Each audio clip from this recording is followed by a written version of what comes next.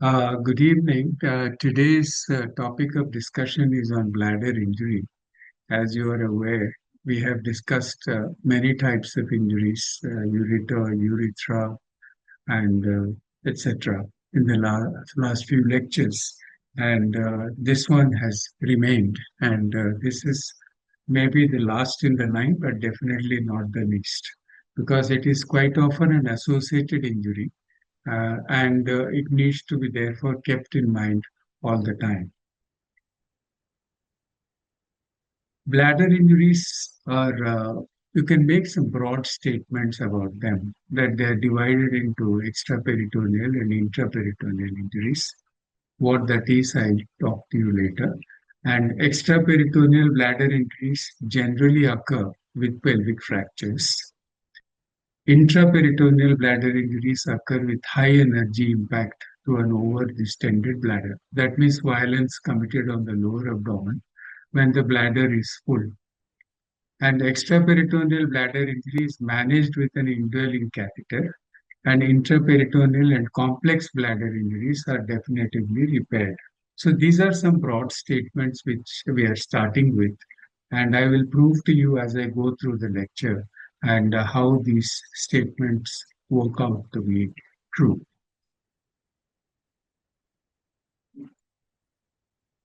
Mostly it is in the setting of polytrauma. That means in case of motor vehicle collisions.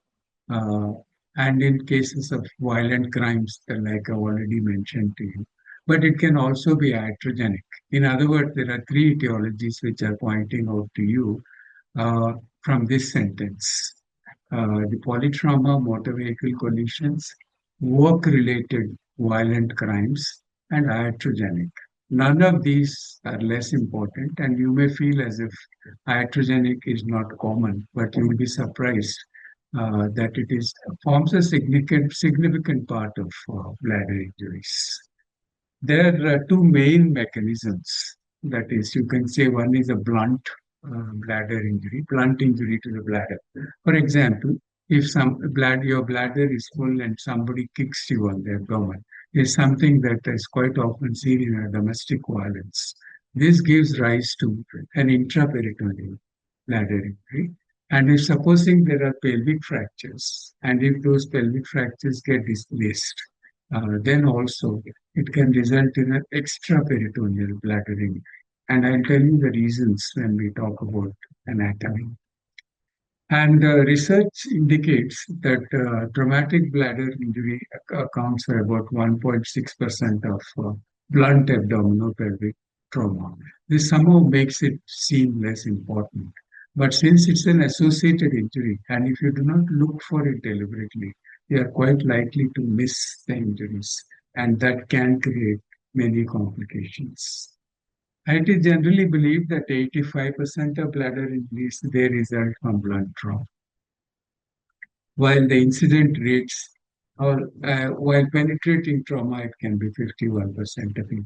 Incidentally, surprisingly, in case of bladder injuries, the statistics are somewhat confusing because they do not come out to be uniform in various studies. The less common etiology, and that is good, that is they are the iatrogenic injuries, either during obstetric, gynecological, or urological procedures. So they do happen. And it's most frequently injured. Say this, the last sentence is something that I'd like you to sort of pay attention to, that it is a most frequently injured organ in obstetric and gynecological procedures. It is not because there are less of surgeons, but it so happens that during difficult C-sections, it becomes very difficult.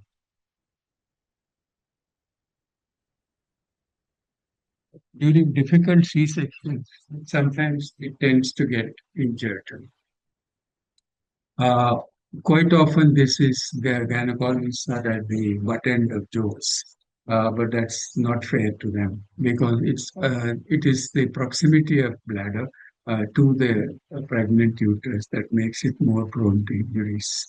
And this is 13.8 cases per thousand procedures, depending upon which particular series you are reviewing. Let's look at this anatomy very carefully. I have deliberately picked up the female side section of the pelvis. It could be male section. There are certain variations because of that. But it is important for us to clearly visualize the peritoneum. Let me try and point out to you. Let me get to the laser pointer. Um, that's the laser pointer. And you see, this is the peritoneum coming down like this, and it covers the dome of the bladder. Dome, most of the dome. Some part can still be left behind in case of female anatomy because of the presence of the uterus. And that results in the uterovesical pouch, right? This is the uterovesical pouch. And then it goes down like this and then forms the rectouterine pouch, this part. This is the rectouterine pouch. Now, had it been the male bladder, what would have happened? It would have traveled over the bladder and then sunk in between the rectum and the bladder, and that would have formed the rectovesical pouch in case of male. Now, this disposition of peritoneum is important. Why is it important?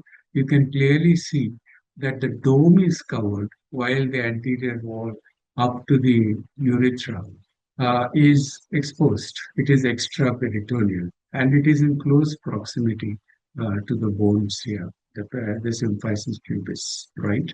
And at the level of the urethra and at the level of the vesical neck, it is bound by various ligaments to the symphysis pubis. So, what is the implication of this? The implication is in case of a fracture pelvis, if the fragments are not even displaced, there's every possibility that the bladder will be subject to trauma. We'll discuss that in the pathophysiology. There is a separate slide.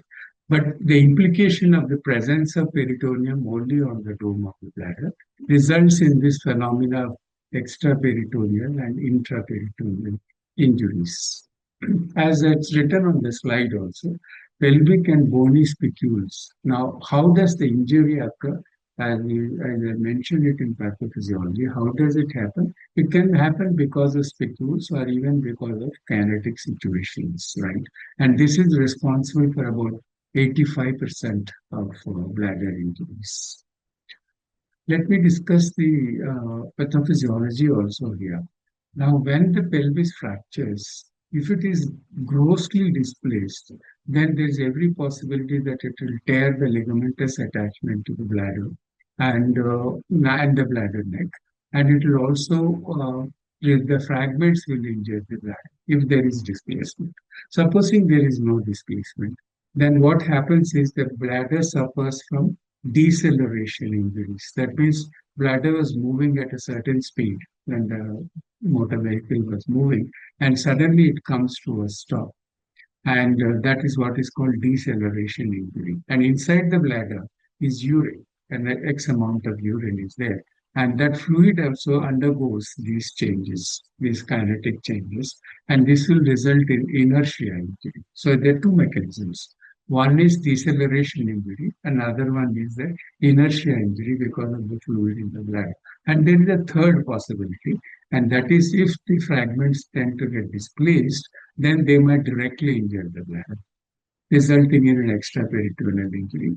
And if the fragment penetrates the bladder, then it can both result in both extraperitoneal as well as intraperitoneal. I will show you a diagram later on. Now, how does intraperitoneal injury occur? The bladder gets distended. Let us say it is so as full as this, and somebody kicks the person on the lower abdomen. Then the bladder will, along with its fluid contents, is likely to undergo tremendous impact, as a result of which it can rupture, it can burst. And that urine then leaks into the peritoneum. Obviously, it leaks into the peritoneum, and thus it not only irritates the peritoneum, but the contents get absorbed, urea, creatinine, etc. resulting in imbalances, electrolyte imbalances. So you have two types, extraperitoneal, intraperitoneal.